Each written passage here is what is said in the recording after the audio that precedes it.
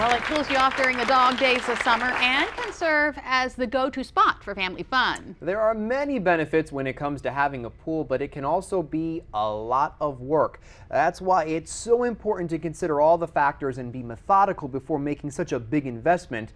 In today's Angie List report, what you should know about pools before you take the plunge. Shannon McCollum recently added a pool to her yard. She says the idea to do so was a no-brainer. Decided to have a pool installed because our kids love to swim, and we felt like it was a really good thing that we could do as a family, and we have a lot of land, so it felt like it was a good use of our backyard. A pool can provide hours of entertainment, but it's also a costly project that you should research thoroughly.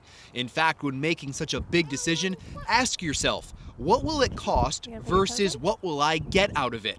Putting something like this in your yard can cost thousands of dollars. The cost of a pool can vary widely. For example, an above-ground pool might start for as little as $1,000, but an in-ground pool is going to start around $20,000, could go up to $60,000, even more depending on the landscaping you install.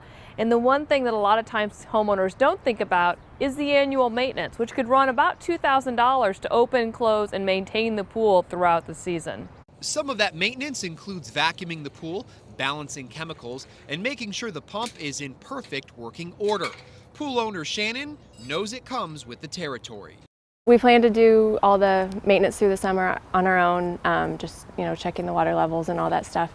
And then we will hire professionally to have it opened and closed at the beginning and end of the season.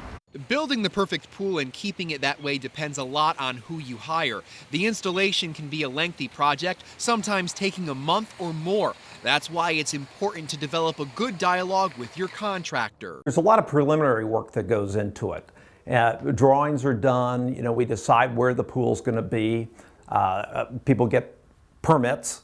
Then often there's a homeowners association that has to approve everything. Remember, your pool's going to be with you for a long time, so you want to find a reputable pool company that's going to stand behind their project. You want to know what kind of warranty is going to be on the pool. And remember, this is a project that can take a long time, especially given that you might hit some rainy days during installation. So you want to have a well laid out plan to make sure you hit your deadlines. Also keep in mind the return on investment, especially if you plan on selling your house one day. If you do decide a pool is for you, don't just picture the pool all finished, because it can be a dirty job to get to that point. This is not a surgical maneuver. This is sort of like open heart surgery on your backyard. So it's going to be messy. I mean, we can try to contain the mess as best as possible. But you are going to have dump trucks, there's going to be a lot of dirt moved around. So is a pool right for you? As long as you know the facts and the work that lies ahead, you can make the right decision.